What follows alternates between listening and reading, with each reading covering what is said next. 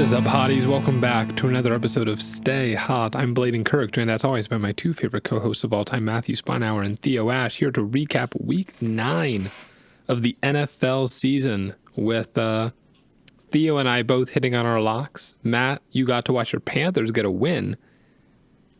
Boom. So a lot of fun stuff to talk about. But before we get into it, how are you guys doing on this beautiful Sunday night? I'm doing pretty well. How are you doing? You were in the hospital? Yeah, it was a very weird Halloween weekend that I had. I go to my girlfriend's apartment Friday night to dress up as Dr. Doofenshmirtz and Perry the Platypus. And I'm having Indian food. And at some point during the night, I had to go to the bathroom and I started to get nauseous. And then I went to throw up and I couldn't throw up. So then I went to drink some water and I couldn't swallow it. But I was breathing fine. And that went on for about 3 hours before Sophia finally decided that I should probably go to the hospital. And then I was in the hospital for about 13 hours from 1 a.m. to like 2 p.m. the next day. And they gave me some meds through an IV to like muscle relax and break up some of the food in my throat. Because that's what it was. It was food that like tried to come back up and got stuck in my throat. And then they eventually had a GI doctor come in and put a scope down and reach and get the food out. So my throat is a little sore today, so I may need you guys to carry to some extent. But I'm alive and I could breathe the whole time. Like, it wasn't that crazy, but it was just like a very long series of events, and I'm on a temporary liquid soft food diet. Really? Damn. Yeah. They fucked you up. They did, man. Look what they did to Blaiden. No, I was watching the game. I got a text from Zach. He's like, you hear that Blaiden's in the hospital having an operation? What? Yeah, No. It sounds a lot scarier than it actually was. But the scariest part for me was getting like a needle put in my arm, so That sucks. Needles suck. I hate needles yeah. so much, man. Needles suck. Well, I'm glad you're all right. My Halloween weekend was pretty relaxed. I went to a concert with some cover bands. Boom. Like of the Stooges, T-Rex, the Buzzcocks, amongst others. And that was fun. And then went to a party that was more just hanging out, really. And I didn't really have any costume at all. So I'm disappointed. I know. It just came up so suddenly this year, and I just had nothing. I feel you. Cammy went as Big Suit David Byrne from the Talking Heads. That's kind of that's like a pretty serious costume. You got to put some thought into that one, man. It's not, Party City shit. No, she just got a big coat, and then Weren't you? what was I? You were Bob Dylan last year, weren't you? I was Bob Dylan a couple years ago. Last year, I don't even remember what I was last year. Where did I even live last year? Denver? I think so. I can't even remember.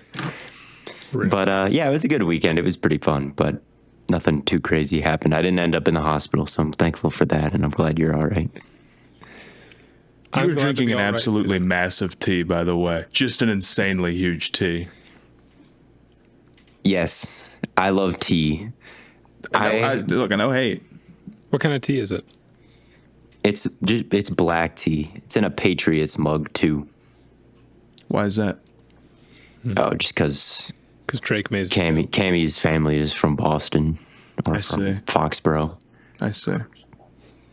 So we have some Patriots paraphernalia in the apartment.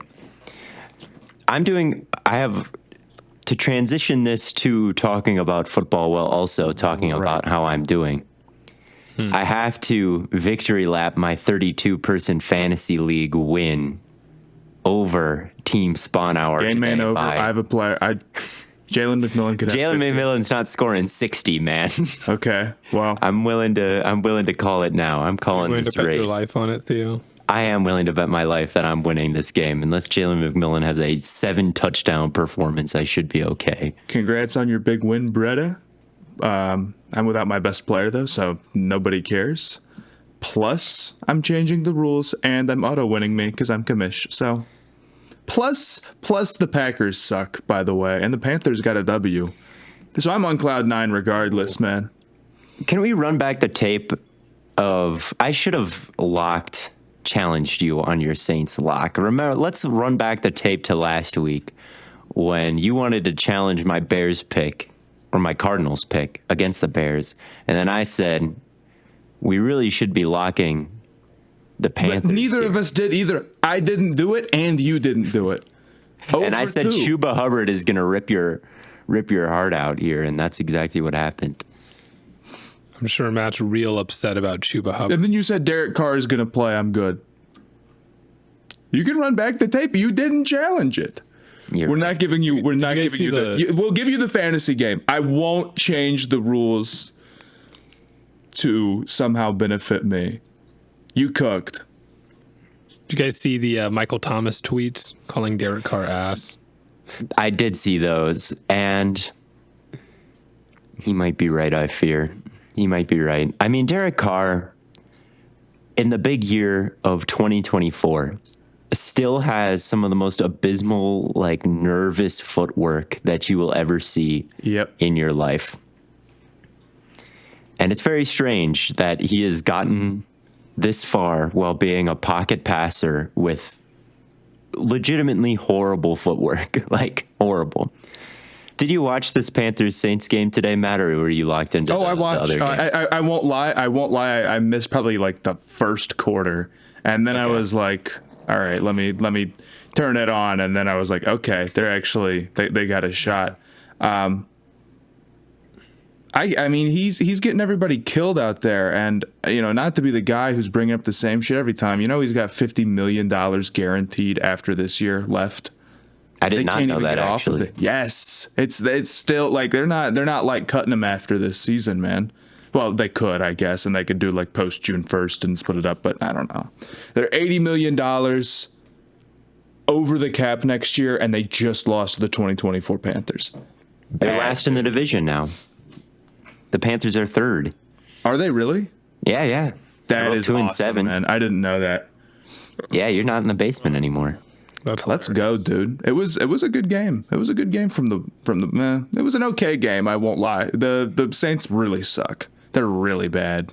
It's honestly unbelievable what the first two games versus the 7 straight losses after that. My Saints, what happened to our once proud Who Dat Nation? I blame losing Eric McCoy. I really think that moved the needle more than people think. Right, yeah, that's got to be it. It is. What did you make of Bryce Young's performance? I thought it was pretty good. I did. I thought it was certainly better than like the baseline that we had before in the first couple of games. Is like this guy will literally have the worst season of all time if he keeps playing like this. Not an exaggeration. Like legitimately would be up there with anybody. In this game, I thought he didn't take a bunch of sacks. He had some throws over the middle that were like layered, that were good. He had some go balls down the sideline. I know you like to say that those are the easy throws, but I actually see dudes miss those all the time. He had one really unfortunate interception where he had on the money to Leggett. Yes. I mean, just like perfect placement, and then Leggett gets it ripped away. I love Leggett. I think he's good. They clearly have something there at receiver with him and Coker. But Leggett's ball skills need to be better. It's every single game. There's a play that gets blown up because Leggett can't handle it. And it's he's only played 8 games or whatever. It's a process, but it is not good. Regardless, though, Bryce I thought played one of his best games as a Panther, and if I'm Carolina, I don't know who they're playing next week, but I'm probably going to stick by him. I don't think there's any reason to put Dalton back in. And I think Dalton is fine. Like he's going to get it. He knows why he's there. He knows the situation. If you're like, hey, he just had a good game, we want to leave him in, that makes perfect sense. I don't blame Canales for how he's handled the situation at all. There's so many people who are like mad at him in the Panthers fan base, and like I kind of see where you're coming from. But like it's ended up working out pretty well. Like Bryce was a disaster to start the year, and this last game, now it's like, okay, it was a solid performance. Like they got to win, So that's good. He's obviously playing much better than he was at the beginning of the year. Like, I don't know. So I'm happy with it. I thought it was a good game. Yeah, I actually watched this one too, or at least parts of it after the game ended. Right. I went back and saw just looked up some areas where Bryce Young was doing good and then watched the film in those areas. And one thing that stood out to me, they were, I think, 3 for 3 in the red zone, which the Saints were not. They came away with 2 field goals early when they could have put the Panthers away at just the beginning of the game. They didn't. 6-0. Panthers put a touchdown on the board. All of a sudden, they're winning. I thought Leggette's touchdown was a pretty sweet route by him. Just kind of eating up the space on the corner, playing off, just kind of lightly tapping his feet, just barely kind of gliding on the ground, moving forward, and then breaking with a lot of suddenness. For a guy his size to move like that and be twitchy like that, like you say, he's got some areas to improve, but there definitely is something there. I thought that was pretty great. And then Bryce was really good in the intermediate area of the field Which today, that 10 to 20 problem. yard. It's been basically disastrously bad for a lot of games that he's played, and again early in this season. So there was some worlds where it's like, if Bryce Young, if all he did was like hit some go balls down the sideline and some outbreakers, it'd be an improvement. I wouldn't really care that much. Him hitting some stuff over the middle of the field, it was nice to see. I'm not going to overreact to it. We are still working off the expectation that like this is a dude who like maybe would end up getting replaced after being the number 1 overall pick 2 years ago. But I did think it was a good game. And I also want to shout out, just in general, Chuba Hubbard is like one of the more like, he is one of the most improved running backs like I've ever seen, dude, in terms of just like, he stunk when he came in. He stunk as a rookie, dude. He used to be like a gag player that we talk about. He was like the Jerry Tillery of running backs for us. He was. And he is, I don't know where he ranks in terms of like rushing yards right now, but it's very high. He's very good. The touchdown run he had to seal it, I thought it was fantastic, man.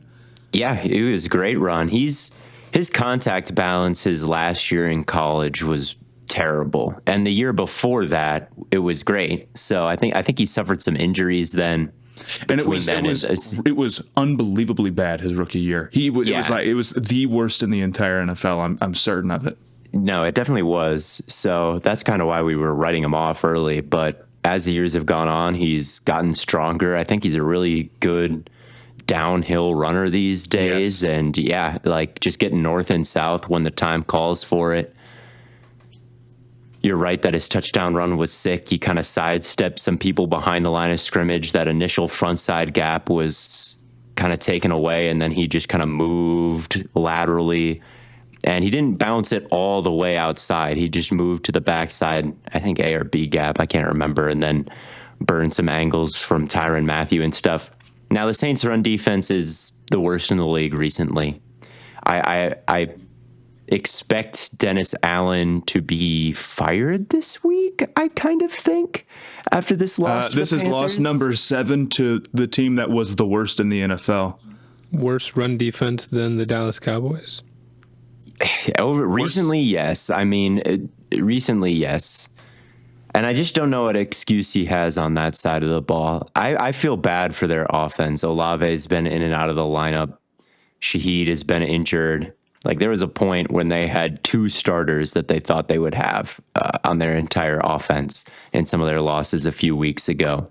And it was like Fuaga and it was Kamara. And that was it. Everybody else was a backup. So on that side of the ball, I can forgive the Saints for falling off. But Dennis Allen and the defense, I was really excited about that unit going into the year. The front 4 has been abysmal. The linebacker play has fallen off. Pete Werner just had some lost plays in zone coverage today. Brian Brzee hasn't had the breakthrough as a pass rusher that I thought he might have. Chase Young has been disappointing. Like, just I don't know why at this point you would continue to stick with Dennis Allen. It's like, what edge does he give you as a defensive-minded head coach that continuously gives you like good but not elite defenses, and this year just straight up bad. So I don't really understand. Of course, to be fair, he inherited a doomed situation. Yeah, but the only variable you can change because of the situation is the head coach. It's like an NBA team. Yeah. Where it's like, well, our salary cap, we can't do nothing. So it's got to be the coach, because if it's not, then we might as well just not play the next couple of years. I don't know. Yeah, it's bad. For a while there, I believed that the Saints were going to get away with all of it, and it wasn't going to ever quite get as bleak as maybe like some people. 17. Maybe some people would have expected. They are probably the team that you'd least like to be in the entire NFL going forward now. Oh, definitely. And they just signed Kamara to a big new contract like 3 weeks ago. It's like, what are you doing? Because they locked themselves in. They locked themselves into the guys with the restructuring. So it's like, okay, dude, well, I don't know how much Cameron Jordan's making, but like Cameron Jordan, I think they're paying him until he's like 40. And it's like, it's just tough for them to build properly right now.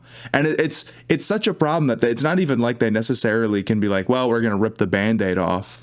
They got to keep restructuring. They can't cut these guys and save a ton of money without like definitely being the worst team in the NFL, or like being like, going for like an 0-17 like Blaiden was saying. So who knows? Never wrong, just early. It's either that or you just go into purgatory, man. I mean, there's no way out of this, it feels like. And I don't know. I haven't really looked at it that much. There's a lot of different things that you can do. I think it should just start with like, don't pour any more money into old players. Like, just let Kamara's contract run out and he walks in free agency. I get that he's still a good running back and all that, but he's just not the type of player to invest in right now. And then they like are, yeah, I don't know. It's all, I don't know exactly how to get him out of it. Or like because it's such a rough situation.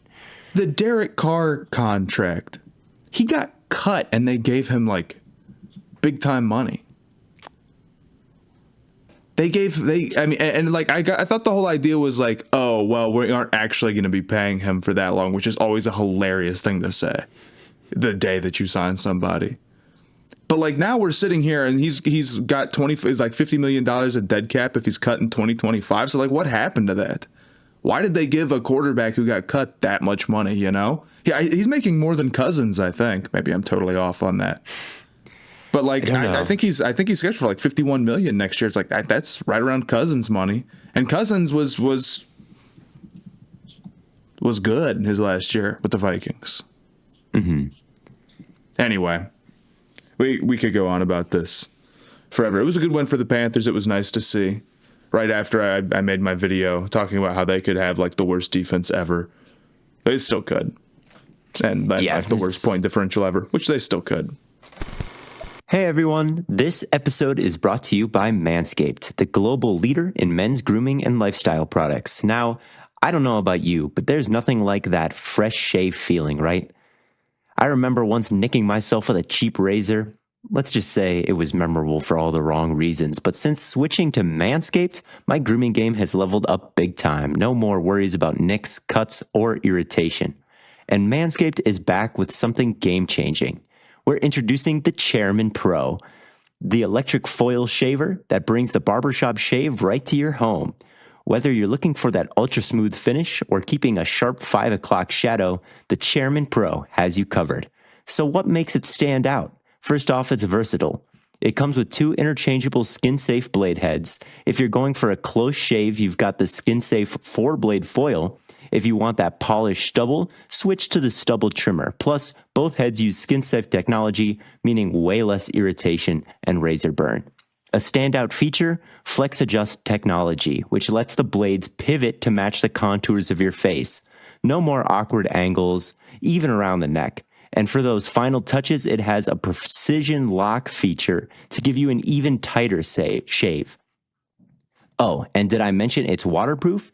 Yep, you can use it in the shower and rinse it easily afterwards. And with a 75-minute runtime and travel lock, this is your ultimate grooming companion at home or on the go. So, go grab the Chairman Pro and take your grooming to the next level. Get 20% off and free shipping with code STAYHOT at manscaped.com. That's 20% off plus free shipping with code STAYHOT at manscaped.com. To kind of transition to another game here, you know, Bryce sat on the bench for a few games, came back, looked better. Could that happen to another 2023 quarterback prospect, Anthony Richardson? Because I want to see him back ASAP. Offense scored 6 points today against the Minnesota Vikings with Joe Flacco at the helm, and not only did it look maybe just as bad, it might have looked worse. It did look worse. I mean, say what you want about Anthony Richardson. The man has put a touchdown on the board in every game that he's started. All right. Yeah. The least amount of points the offense has scored in an Anthony Richardson start is 10, and they scored 6 tonight. So I get the completion percentage is bad. I read all the comments in the last Stay Hot episode talking about how much I was coping about him. Listen, not his fault runs deep. And it wasn't his fault. I don't care how bad it gets, the completion percentage. It could be 0%. And if it's not his fault, it's not his fault.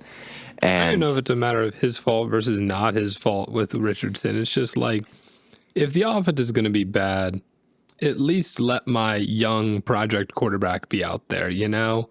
At least let him get some reps, because he is still, I mean, Drake May might have less snaps, but other than that, he's like the most inexperienced quarterback in the NFL. Yes, exactly. I said it on the last episode, and I tweeted it tonight. I mean, at this point, Bo Nix and Caleb Williams, rookies, have substantially more dropbacks than him in their careers, and the results have been worse with them. All right. And I don't want to hear it, but Bo Nix has been so much better. He's 5-4. I don't care. All right.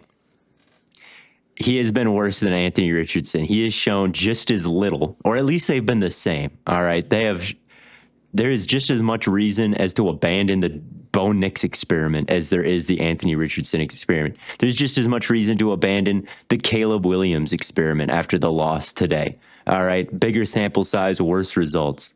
So it would be ridiculous to do that. I'm not advocating for anybody to bench Bo Nix or Caleb Williams, obviously. I'm just saying, holy cow, he's only played 8 games. And holy cow, there's a lot of other stuff wrong with this offense that's not him.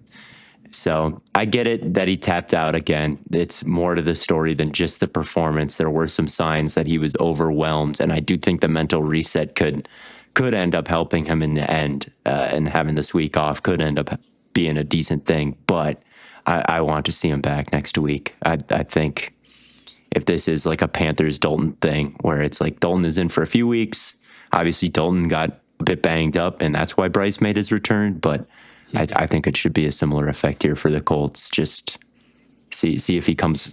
Maybe I don't know what he learned watching Flacco stink it up for one game, but maybe he learned something. I don't know. Well, I'll be real with you. I think the Bryce comparison I can't agree with entirely. Like it's similar in the sense that like they're both like the same class and like it's sort of a similar situation. The difference is that Bryce really was that bad the first 2 games.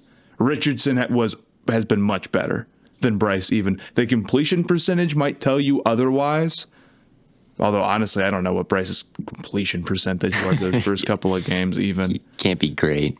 But it was like, I mean, again, Richardson has done more. Even if he's inconsistent and he misses throws, the big-time plays that he hits are ridiculous. And what he brings to the run game is a big deal. And you saw tonight that the Colts run game really struggled. They didn't do all that much. You know, you just got Flacco out there, and it's all of a sudden like he hits a check down and it doesn't do anything. You're like, yeah, I don't know if this was worth this was worth nuking the 4th overall pick for, man. We might have left our boy in. And it's with Richardson especially, there's real risk of it turning into a Trey Lance situation where it's like he has to play. He's got to get out there. You don't want to be going into like, year 3 saying this guy has 11 games under his belt and he had 13 in college. So this is going to be his 25th game since he left high school. Yep. It's brutal because year 3 is like super make or break time, and then maybe Richardson's path and development is just so different and unique that we shouldn't hold him to that standard, or that he can develop over time, because we've seen a few guys do that. But I don't know. You definitely got to play him. And I'm interested to see how they play this out, because this is still Flacco sucked. Their offense sucked. Yeah. But Sagan wasn't like, oh, well, we're going to put Flacco in for this one game. We need to sit Richardson for a minute. The Vikings defense, no, they're like, I hope Richardson can become the starter again one day. Mm-hmm. So he's not going to instantly just go back on that, right? You don't think? He's not going to be like... I don't know. The argument for starting Flacco was that, well, they're 4-4. It looks like they're well within the AFC playoff picture. Losing tonight, your offense looking so bad, I think you have to kind of readjust your vision for this team, right? You're not, going back to the Trey Lance stuff, they're not the 49ers. The 49ers had to pivot from Lance because they needed to be able to win in that moment. Because they could have actually won the Super Bowl. Yes.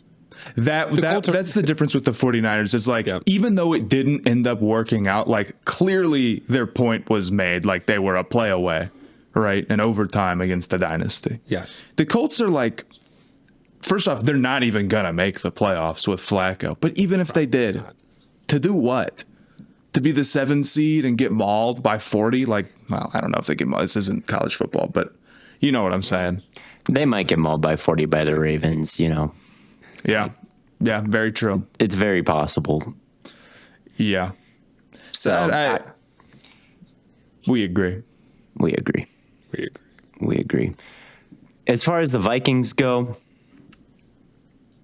I appreciate Sam Darnold being so average. There's no, is he the future? Is he the MVP of the league? Is he a top 10 quarterback dialogue around him? Even though the situation is pretty good. Those conversations were happening. Sure. But it's we got a bigger sample size now. Yeah. I feel like he's doing a really great job leading the Vikings to wins, but also creating no quarterback controversy for the future. He is. It's kind of beautiful, and it's it works out for everybody. There's no we can't put in McCarthy. Yes, you can, but if he has to leave, he'll he'll be a starter somewhere. There's no question about that. I mean, there's plenty of quarterback rooms that would gladly take him. So it's very nice to see. And Darnold is funny. He has his bad stuff and his good stuff, and he tries to create it really is a mixed bag, and probably an overall good way, considering where he's coming from. Yeah, I mean the touchdown throw to Jordan Addison was completely ridiculous. Rolling to his right, mm-hmm. 2 people closing in on him, he fades away and sneaks it right in the perfect spot before the corner can get over with the safety chasing Addison. But also the pick to Zaire Franklin at the beginning of the game is what were you doing? You threw it right to him. So I appreciate that about him. The Vikings' interior offensive line tonight is a real problem for them going forward. Grover Stewart has to have a pressure rate of 1% over the course of his career. All right, that guy does not rush the passer whatsoever. He's there to eat up double teams and stop the run, which he does at a very high level. Yeah. I have never seen him blow up a passing play like he did tonight. Ran over Garrett Bradbury. Buckner, his addition has been huge for the Colts. Yeah. He was killing Ed Ingram next to Bradbury all night. Just a brutal performance from that interior line. And I am concerned about that. Derisaw's down. You're beginning to count the good players on that Vikings offensive line, and there's like one. So that's not good. And that was a major weakness tonight and a big reason why they were losing or almost lost. I was watching. I was like, man, the Colts defensive line is looking really good today. And I was like, wait a second.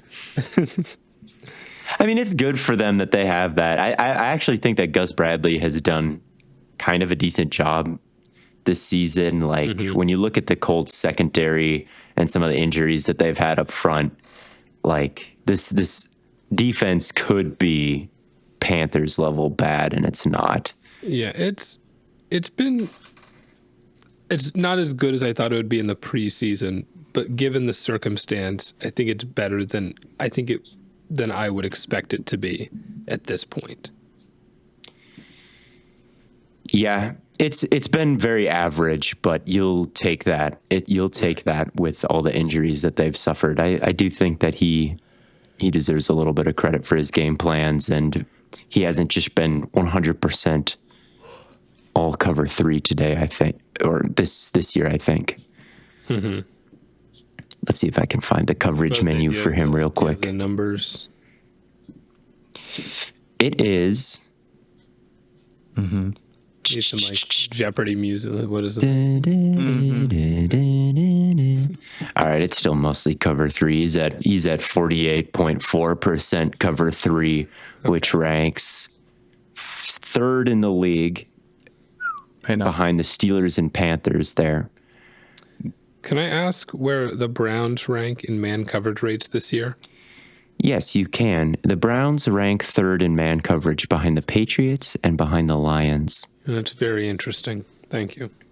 The Colts are 4th from the bottom in man coverage rate, but I don't know. I appreciate their defense holding on, and they've been in a bunch of close games this year, even though their offense just has not gotten off the ground. And they played a really good game today. The Colts defense played fantastic. 3 turnovers. They put up a tutty.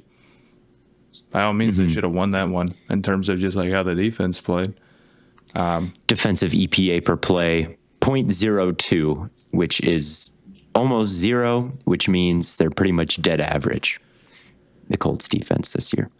I will say, though, I mean, the other take, my honestly, like my low-key hot take is I think Justin Jefferson might be elite, bro. He is ridiculous, man. It's like every single game. Every single catch. He's like, almost as good as Cedric Tillman. His hand-eye coordination, I know that there's been a study done on him about how he doesn't have a dominant eye. Like, I don't even know what that means, really. I just know that... I've never heard of that, a dominant... I've heard of it because when you shoot, they'll, like, do your dominant eye test. So I've heard of it before. Like for guns and arrows and stuff? Okay. For a gun. You've got a dominant eye that you want to be looking through the sight through. Yeah. So I've heard of it, and I guess he's just equal with both eyes, ambidextrous eyes, I guess.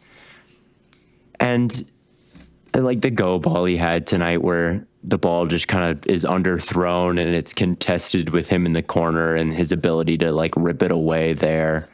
Just every single week there's a moment like that where he's just notably good at the catch point, and it happens in so many different ways. High pointing it, catching it with his body, letting it cross his eye line and catching it behind him with one hand or whatever, letting a corner rake through and take away one of his hands and then like catching it with the backhand and like pinning it to his shoulder, like just whatever is necessary to make the catch.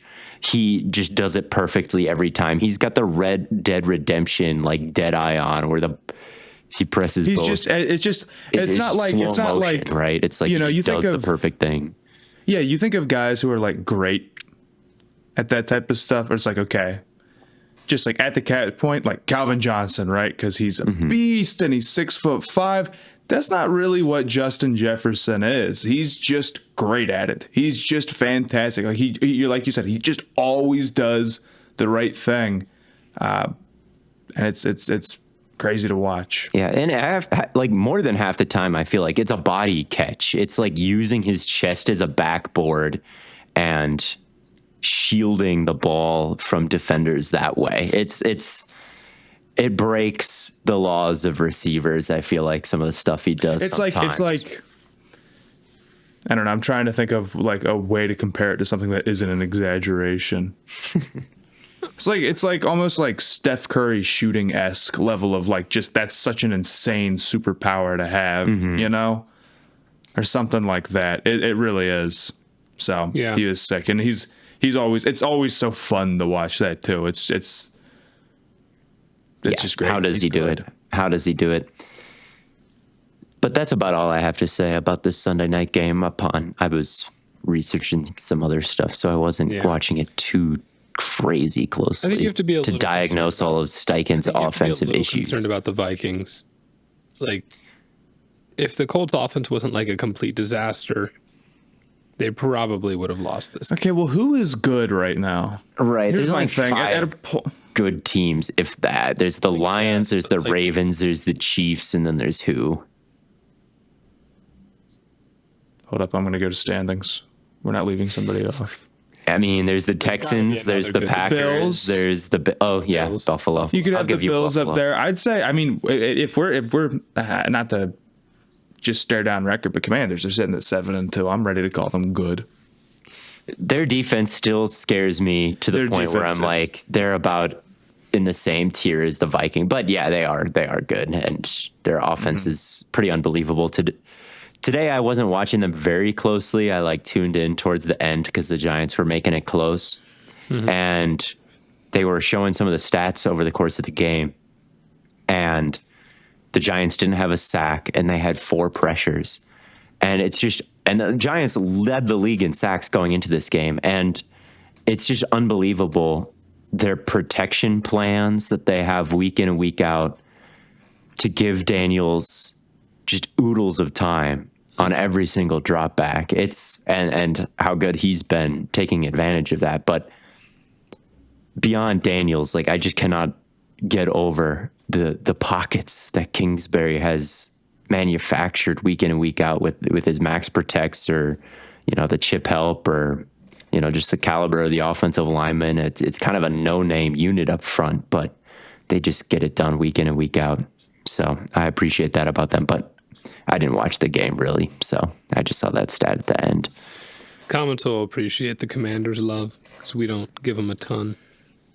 One game I'm sure that you did watch and that we do have to talk about would be, well, it'd be the Detroit Lions versus the Green Bay Packers. Ooh. It was rainy. Can we get a not his fault for the rain, or is it? The rain plus the groin injury does make for a pretty good not his fault scenario for Jordan It was Love. pouring too. It was pouring. It was, and they didn't have their usual center in. Elton Jenkins slid over to center instead of Josh Myers, which created some snap issues. That's So true. I am willing to kind of be like, all right, was a wonky it was a game. wonky one. But still, for the Lions to come in as a dome team and basically be completely unaffected by the elements, whereas the Packers play at Lambeau and looked like they, had never seen the rain before. It was very disheartening. And just in general, there have been several errors that have followed the team over the course of the entire year that were just extra true today. I mean, Jordan Love missed 2 weeks. He's leading the league in interceptions. That's a problem. The pick 6 he threw today, just throw it away. Disaster. Just so bad. Right? Lost the game for them, right? They lost this game by 10 points. They had a 25% touchdown rate in the red zone. You're just going to lose when that happens. I think every team that had that rate in the red zone lost today. And just in general, you're going to lose when you do that. To not come away with touchdowns when you get to the red zone and then just to hand points to the Lions on a silver platter, just stupid mistakes. And at this point, I don't trust Love to not make them in big games. He was playing at an extremely elite level, I think, avoiding interceptions for a stretch last year. But then at the end of that 49ers game, he threw a pick to end it. That was really bad. in general over the course of last season. He threw a lot of picks and clutch moments. And then this year, it's been just a ridiculous amount of them. So he's got a long career ahead of him. And, you know, he might be our quarterback for 15 years. So I think eventually, like, he can get the turnovers down. But as far as this season, this year, like this current version of him, just way, way, way too turnover prone. And I don't think that has to do with the groin, and I don't think that has to do with the rain. I just think that that's a skill issue right now, and that's concerning. And then, Yep. I mean, we talked about in the off season, you know, there were a lot of conversations about the NFC North and who you would rather have between Love and Goff. And I think we were all kind of on the consensus of you would rather have Jordan Love, just because of, you know, what he brings to the table athletically, you know, and the arm talent and all that. But I made a video yesterday saying, like, this Packers team as a whole, not even just Jordan Love, they're just too mistake prone. And the Lions, I mean, they don't make mistakes. They're a three-phase football team that does not make mistakes. And for that reason, it just felt like this was going to be a Lions win all the way. Yeah, the weather was the only thing that gave me any kind of pause. Is like Goff doesn't have the greatest history outdoors and colder weather, but you know, it's a small sample size. And today absolutely cooked. And Amon-Ra, St. Brown. He really needed to, because the run game was fantastic. Yeah, it was. In general, everything about their offensive operation was good. It just has been. I'm pretty proud of the defense, honestly. They did hold them to 24 points, and they've been averaging 43 over the course of the past month, and they had more touchdowns than incompletions over the last 5 weeks. So to hold them to 24, like, I 100% would have taken that before the game. Like, I do think that Halfley has been, like, pretty great so far this year. He did, I think, what he needed to do, which was limit the blitzing against the Lions, trust them to get home with just 4 and just survive, and then dial up the blitz just hopefully at a big moment and get home. And that's what he did. He had some nice plays in that regard. But yeah, Amon-Ra St. Brown, he's caught 30 straight targets. What? Jared Goff has completed over, I think, 86% of his passes over the last 5 weeks, which is the best over a span of that amount of time in, like, NFL history. It is their superpower right now. Amon-Ra has caught 30 straight targets. Yep. It's just unbelievable, man. It's crazy how efficient they are right now. And again, in the open field, the Packers did a good job, I think, moving to the red zone. It's just once they got there, they just forgot how to do anything. And then 6 drops from them today as well, like, all in crucial situations. Third down. That moment where Christian Watson just lost the ball trying to track it. Did you guys see that? He's running downfield wide open. Jordan Love leads him, and then he, like, bends it inside and, like, stops like he's about to go high point an underthrown ball, but the ball wasn't underthrown. What? I don't know. It's just bad all around. And a lot of the drops were also bad placement by Jordan Love, like the Wicks drop. Like, I saw that early, the over route being wide open, like, oh, this is going to be a clear touchdown. He's going to roll out and hit him. It's going to be easy. You saw that. Like, everybody, I'm sure, in the stadium and watching at home could have seen that developing. So I almost started tuning the play out. I'm like, oh, great. We scored. Great job. I'm opening Twitter to victory lap, you know, saying we're right back in it. Then I look back up at the TV, and then it's dropped. Like, what happened? And not only was the pass dropped, it was also, like, unacceptably behind Wicks for no reason when you could just let him and made it an easy catch. Same thing with the running back Brooks on a blitz. Like, he ran a little Texas route and there was nobody in front of him, and Jordan Love, like, made him adjust to something behind him. So, like, those are drops, right? They are. But at the same time, it's like they're also inexcusable misses. So those are his fault. You can drop a bad throw. You can drop a bad throw. So that, I'm not willing to give Jordan Love as much of a not his fault pass as maybe some Packers fans are with these drops, because it's like there's really no excuse to miss those plays. The pick was horrible. And there was also a red zone play where Tucker Kraft was wide open crossing the field. Jordan Love like skips him in the read, like goes out to scramble. Tom Brady is yelling at him like, throw it away, throw it away, throw it away. And he almost reached out and handed it to the Detroit Lions and said, take this down the field, you score instead of me. But it just was out of their reach. But it was just a stinker throw and a stinker day just overall. Yep. I agree. What did you think about the Branch ejection? I was about to say, I heard Branch got ejected. I thought it was harsh to eject him. I mean, it was a clear penalty, obvious helmet to helmet. But to eject him, I just feel bad for safeties today. Kobe Bryant had a play where he, delivered a hard hit trying to jar the ball loose on the sideline, and it was called. Jordan Poyer had a helmet to helmet, trying to range over and knock the ball free from Keon Coleman, and then obviously Branch got ejected. So there are a bunch of these safety plays where it's like, man, it is their job to like range over there and like light up the receiver. Like that is how the position is meant to be played. It is football. It is a physical game. Like I think Branch did hit him helmet to helmet late, but it's not like he left his feet or. No, I don't think it should have been an ejection necessarily. It was definitely targeted. Definitely. Not even a question. And it was too late. This wasn't a case of like it's targeting, but the defender couldn't have done anything. It's like, that's one where it's like, you just got to be more careful than that. It does suck that he got ejected. Yeah. It's not understandable. Like it's not the worst call I've ever seen. I'm not willing to like die by any particular take with it. But when he got ejected, I was like, I kind of thought that was just your typical, because you see a lot of helmet to helmet. Like I said, there's multiple safeties who had big helmet to helmet hits and got penalized, or big hits on the sideline got penalized, but they didn't get ejected. And I thought Branch was like, it was helmet to helmet certainly, but to eject him, I don't know. But ended up not mattering because Kirby Joseph owns us. Every Packers game, there's a Kirby Joseph pick. I feel you. I feel like a lot happened this week. No, and in terms of football stuff, this is a big week. I mean, we haven't even talked about Houston versus New York.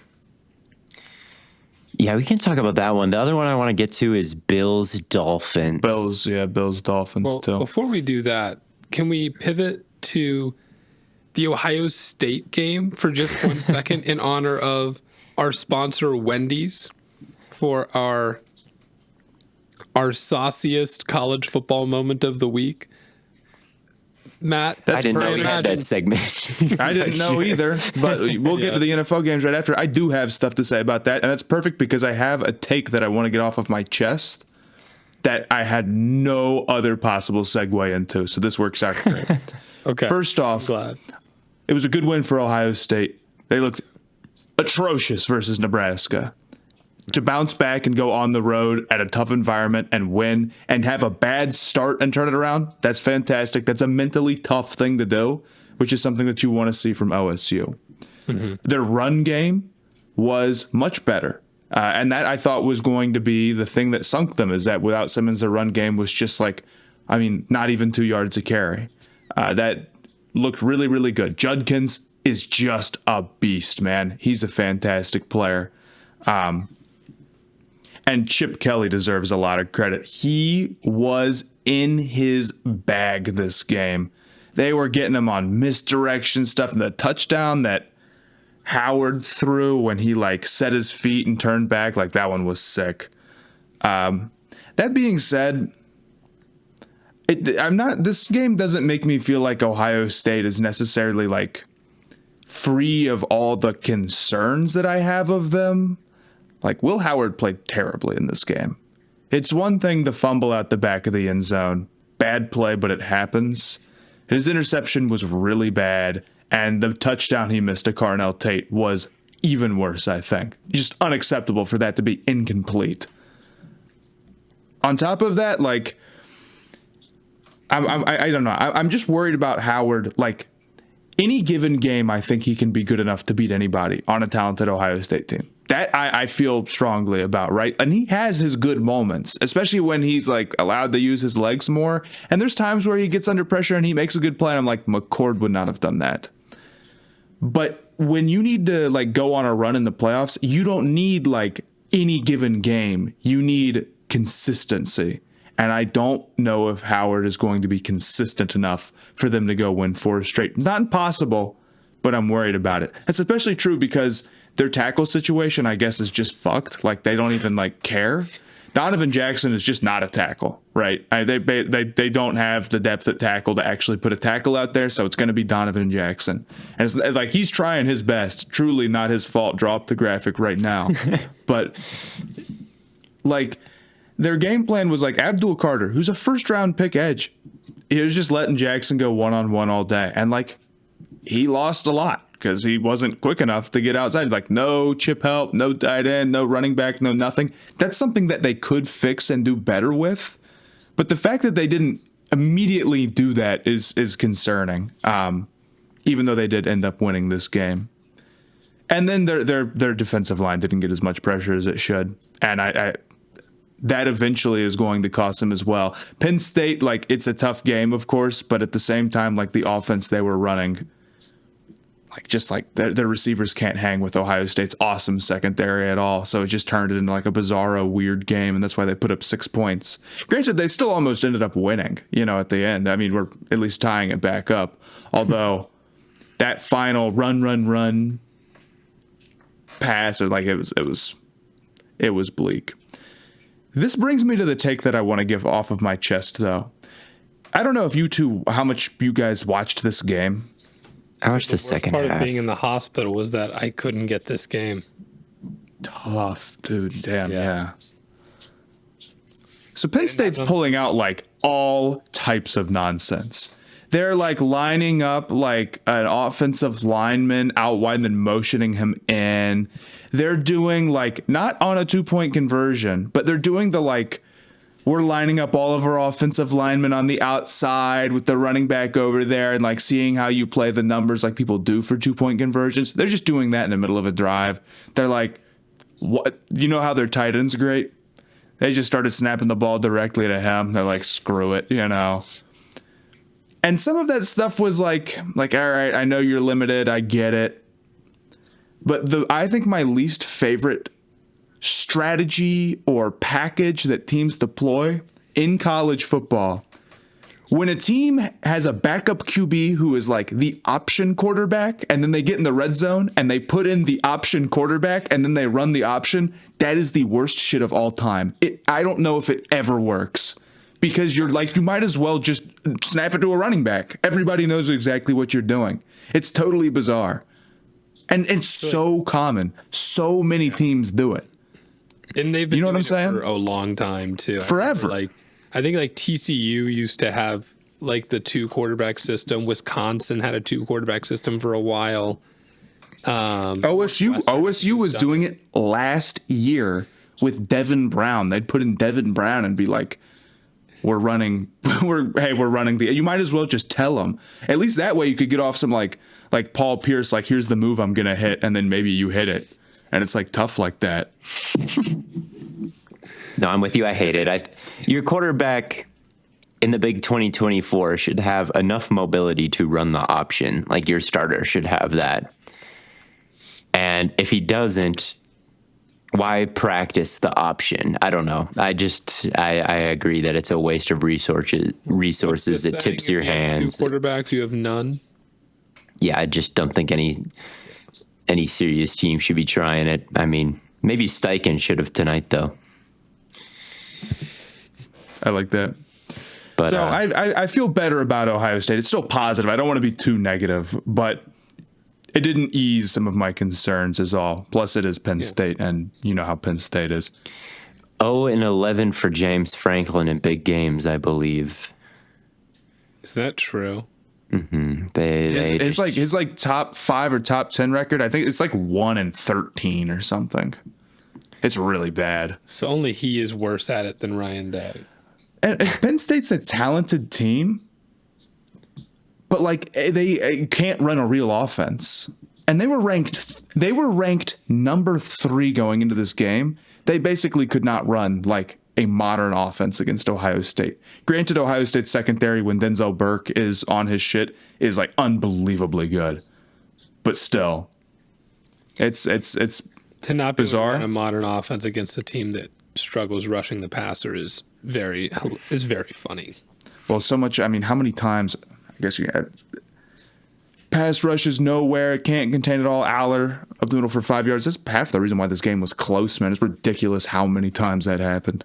But anyway, You know, there's just something magical about being at a live event, whether it's the energy of a packed stadium, the thrill of a concert, or the laughter at a comedy show. There's truly nothing like it. I remember catching a game last year, one of those last-minute decisions where everything just fell into place. The roar of the crowd, the buzz in the air. It's an experience you just can't replicate anywhere else. And I'm really looking forward to making even more memories this year. That's why I'm so excited to tell you about Game Time, the app that's been a game changer for me. They've had this new feature called Game Time Picks, and trust me, it's a lifesaver. It takes all the hassle out of finding tickets by showing you the best deals on the best seats. So no more endless scrolling or second guessing. Just the other day, I was looking for tickets to an upcoming concert, one I've been dying to see, and I decided to check out Game Time Picks, and let me tell you, the deals they had were unreal. I found a super deal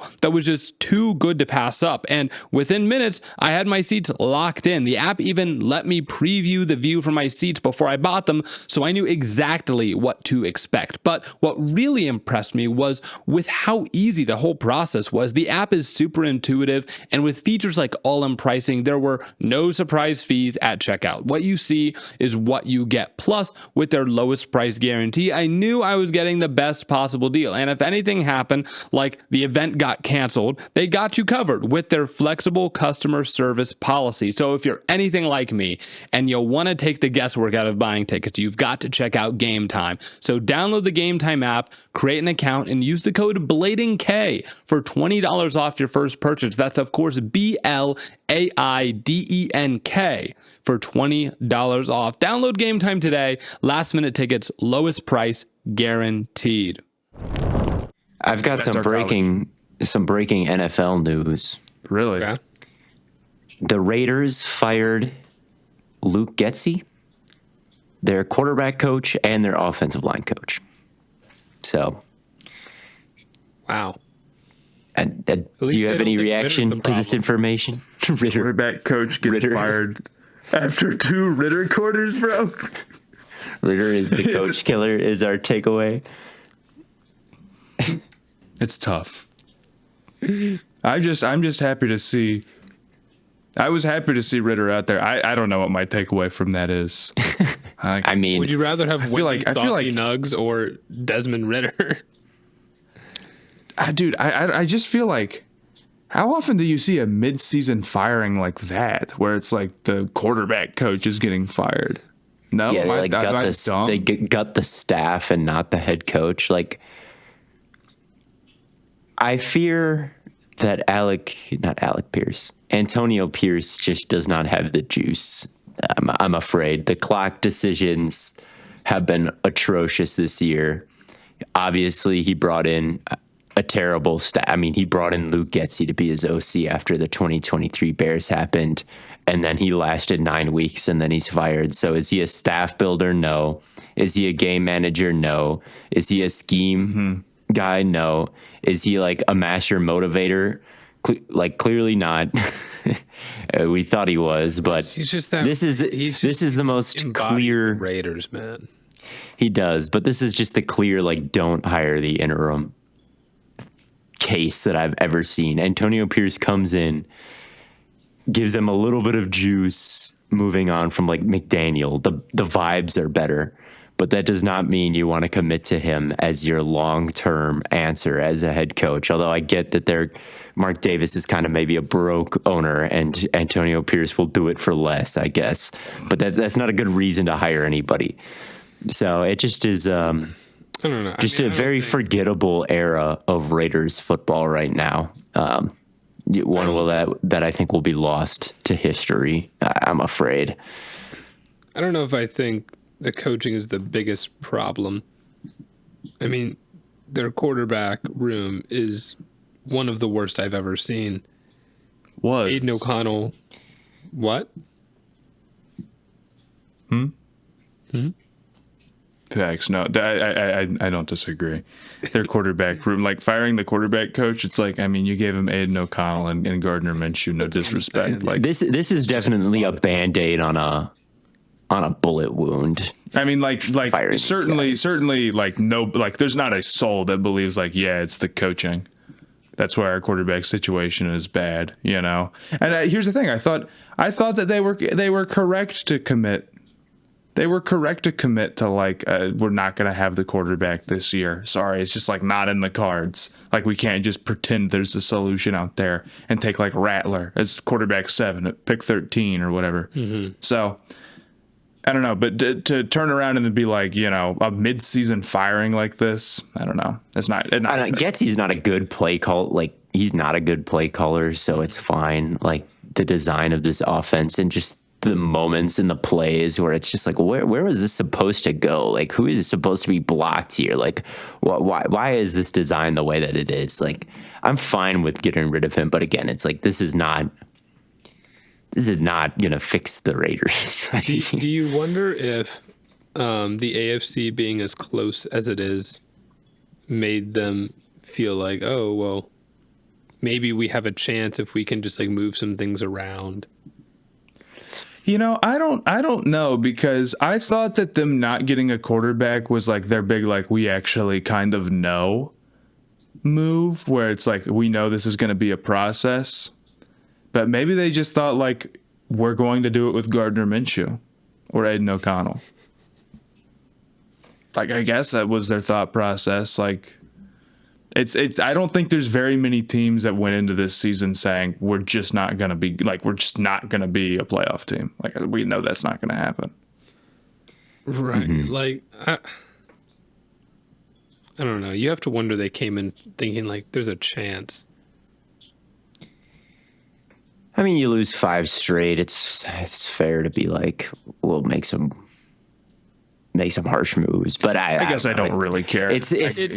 It's easy to be like, oh, we're going to be thinking forward, thinking, you know, a year and a half, 2 years from now, until you're 2-7. But let's talk about Bills Dolphins here for a second. I think this was a check down off. That was my take on this game. I saw Josh Allen's like total was like 200 yards or something. It was like a ridiculous number. Yeah, it was insane. This was real too high ball. Too high shell ball was being played. Banned no the too high look. Tua, I thought played an amazing game. I'll say that. Even though it was check down ball. I think he had 3 incompletions the entire day. He avoided the back-breaking pick that sometimes accompanies these games. Yeah, he was 25 for 28, 231 yards, 2 touchdowns, no picks. He took 1 sack. So, like, he was pretty much perfect over the course of the game. And they still lose. And now they are, 2-7, and I think the season's they're 2-6. 2-6. I was hoping like maybe they could have a Jets game, like the Jets, similar record, right?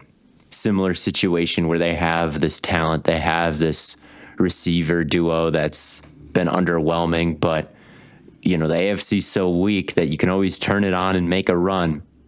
They did it, and I kind of thought the time was right for the Dolphins to do it as well, and like go on the same arc. And it almost happened, but just not quite. And when I was combing through the film again and trying to find out exactly why they lost this, I thought it just kind of came down to the third quarter when Raheem Mostert fumbled, and then they kicked a field goal in the red zone instead of going for it on 4th and short or medium. I think it was like 4th and 4, and they kicked a field goal, and it's like, Josh Allen's on the other side there, even if he is dinking and dunking. Like, I thought that was kind of their big problem. Just gave the game up in the third quarter a little bit and couldn't work their way back in the fourth.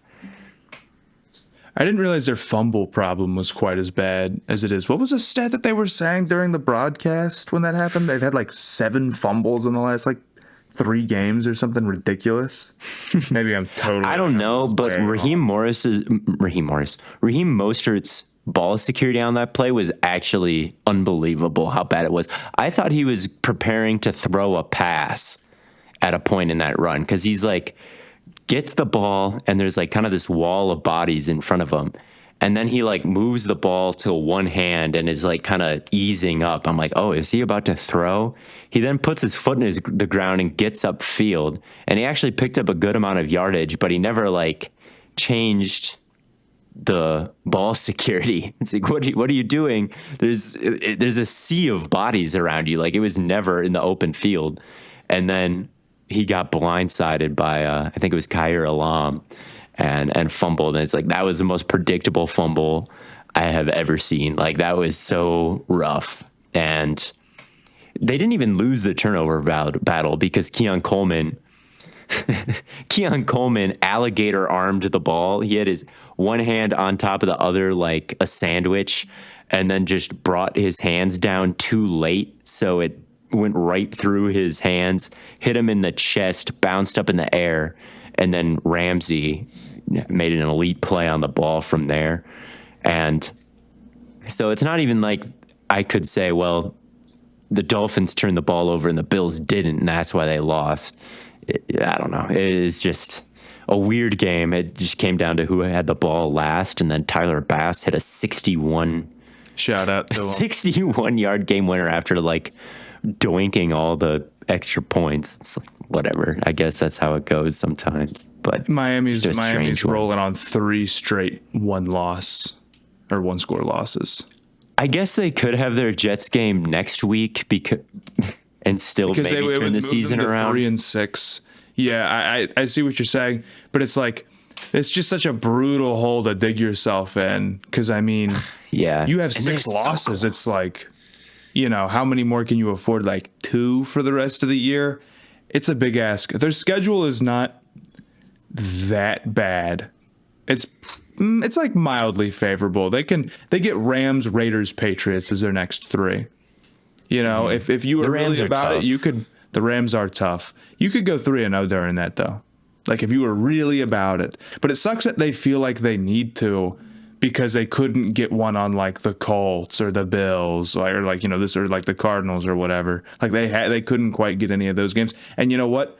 The Jets are kind of the same way. I believe that they're better than their record, and they've just had bad 1-score game luck. Like sometimes that just happens and you blow those games. And sometimes it can turn around, but like at a point you just dig yourself too much of a hole, and there's plenty of teams in a given year that just like this was a year kind of lost on like the margins a little bit. Not to say that it's not their fault at all. There aren't things that you can point to. There are.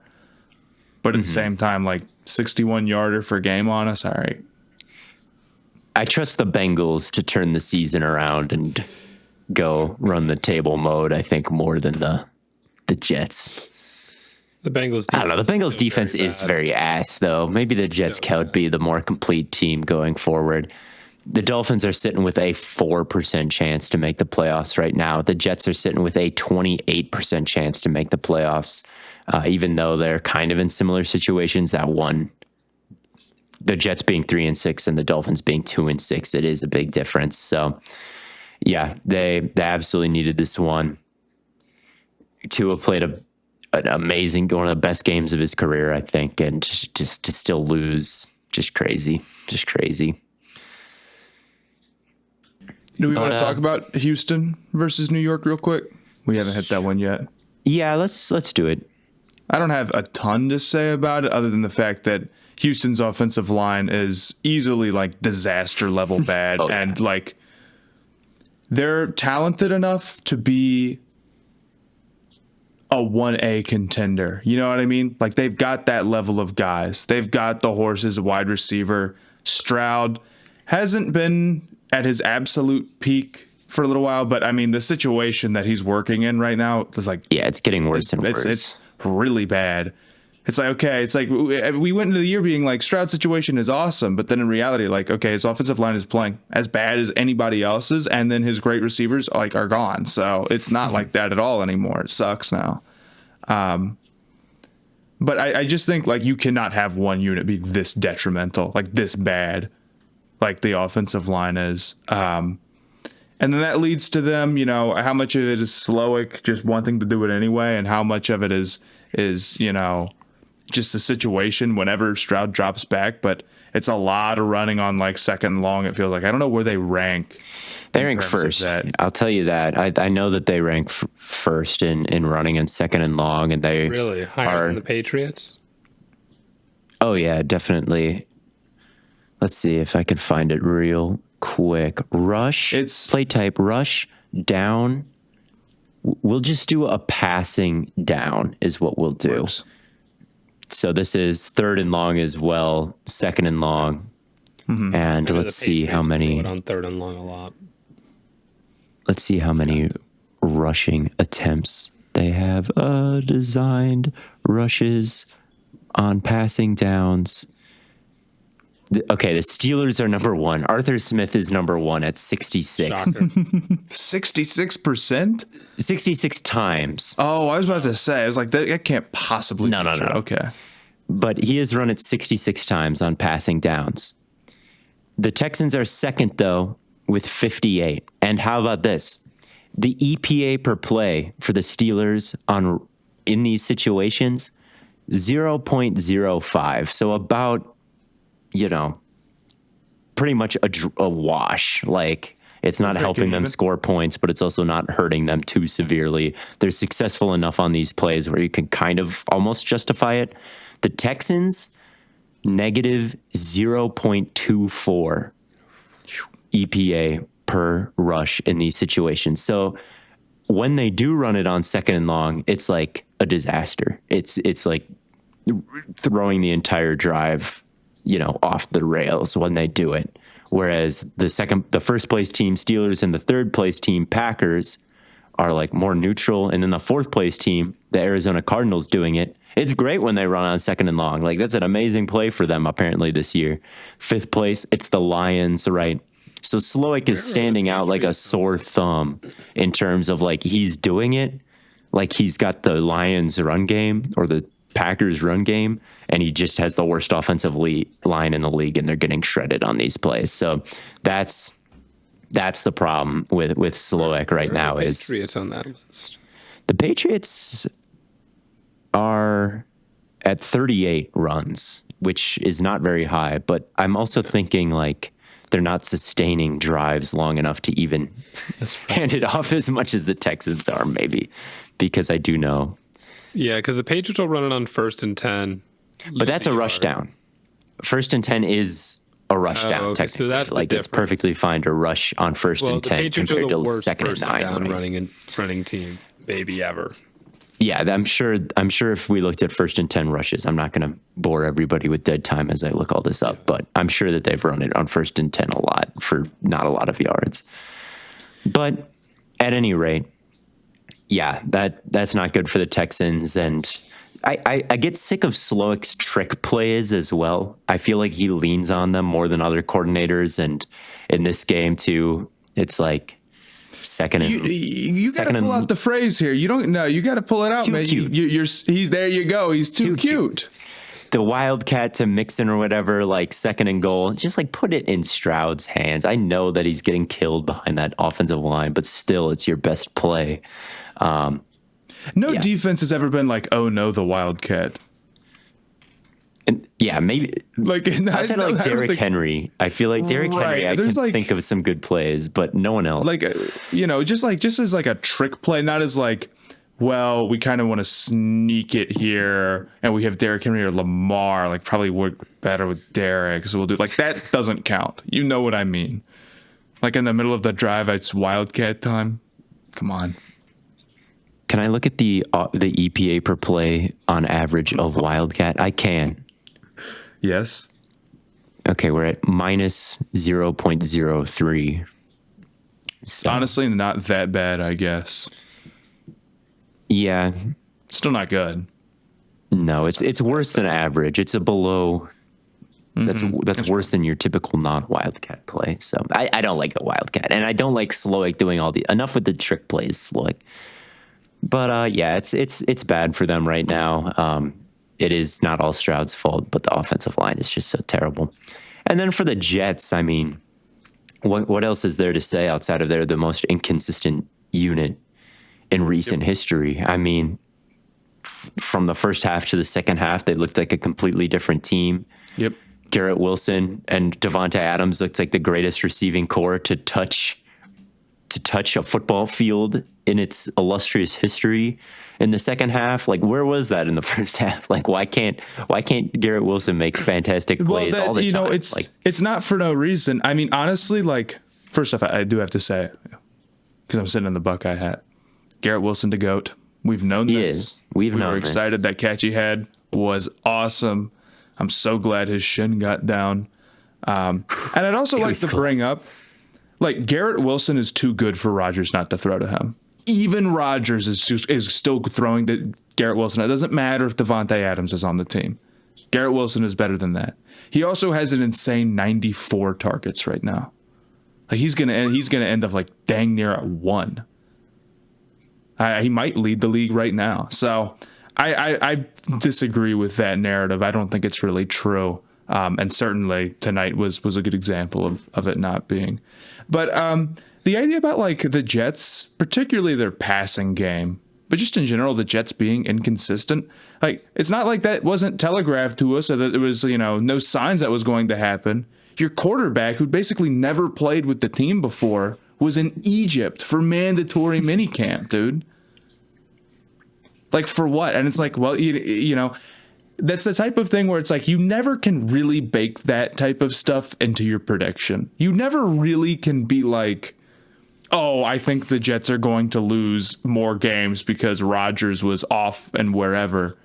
But like definitely they look like they are, like learning on the fly. Yeah. And it's a shame that they did that because I think they're talented enough, but now they have 6 losses through 9 weeks because they lost a bunch of 1-score games when it came down to crunch time and they weren't ready. Dumb. Yeah, and it's everything about Rodgers too. Like the connection with Wilson has been super inconsistent, but like even his athleticism, I feel like is inconsistent. Like sometimes I'm like, oh, he's still got some quickness, he's still got some evasiveness. Like the play before the one-handed Garrett Wilson catch, he scrambled and like juked a guy out. I know it was called back, but still. Like sometimes it's like, oh, he still can create, he still can make plays outside of the pocket. And then in other games, you've got defensive tackles being like, sad to see that I can track down a Hall of Fame quarterback like that. So within the course of a game, he'll hit a concept and then the exact same concept and the exact same coverage will pop up later. Like the picture is the exact same. And he just won't hit the thing that he hit before. It's like, what? It's been a long time now since he was in Egypt even. Like, how are you not hitting these at this point? But at any rate, I was glad to see them pull it together in the second half. I was glad to see Garrett Wilson actually make some spectacular plays and look like the receiver we all think he can be. I was happy to see Devontae Adams cook on some releases. He made Kamari Lassiter hit the ground at one point. I will also say this, and the last thing I say about this game, there was a PI call or a holding call or a illegal contact call on Derek Stingley that was the most bullshit illegal contact call possible. Like textbook coverage from him. I think I remember. Yeah, and it gave the Jets a new set of downs. I think on 4th, and it should have never happened because he was physical with him, like within 5 yards. And then the wide receiver is leaning on him, trying to get outside. And then he just kind of like used his body weight to kind of shield him. Nothing illegal about that. And the refs called it for like no apparent reason and gave the Jets a chance to survive. So that was bullshit. And I'm sorry that you had to go through that, Texans fans. But that's the last thing I'll say about this game. And that's really the last thing I got to say about this week. I'd have one more thing I'd like to say about the Texans. Oh, yes. How is it that we are in the big 2024, the grand year 2024, and players are still dropping the football an inch short of the goal line. What? How is Yes, that's just like, I mean, it's like, and like, dude, you're a rookie. dumbest How many thing of all touchdowns does he have? That wasn't going to be his first touchdown, was it? It was basically his first touch of his career. I mean, Corley has not even seen That the makes field. no like, I hate Yeah, to be it would have been his first touchdown. 'cause you just like feel like kind of like a boomer when you say like, bro, like hold on to the dang ball, but like how on earth, like season is like on the line right now. Like you guys are trying to go on a run, and it's like we can't hold on to the ball. I'm just like, that is, and I saw someone say this on Twitter. That should have happened one time and then never happened again. And the fact that it keeps happening at multiple levels of football is just ridiculous. In high school, I kind of get it. College, no way. NFL, absolutely no way. But it happens multiple times every year, I feel like. Just, It does. it's ridiculous. Yeah, I don't know. I don't understand. Just like, you can't just run. Be Nick Chubb, man. You don't see him like trying to, I don't know. If anything, you No, you don't. Just be a professional. Like, hold on to the ball. act like you've been there before. I don't know, man. We're gonna next episode though. We are gonna have the Nick Chubb conversation. 2.7 yards per attempt this year. We actually, next episode may need to just be a conversation episode. I won't lie. There's plenty of things that we need to discuss. First off, we didn't even hit Rams Seahawks.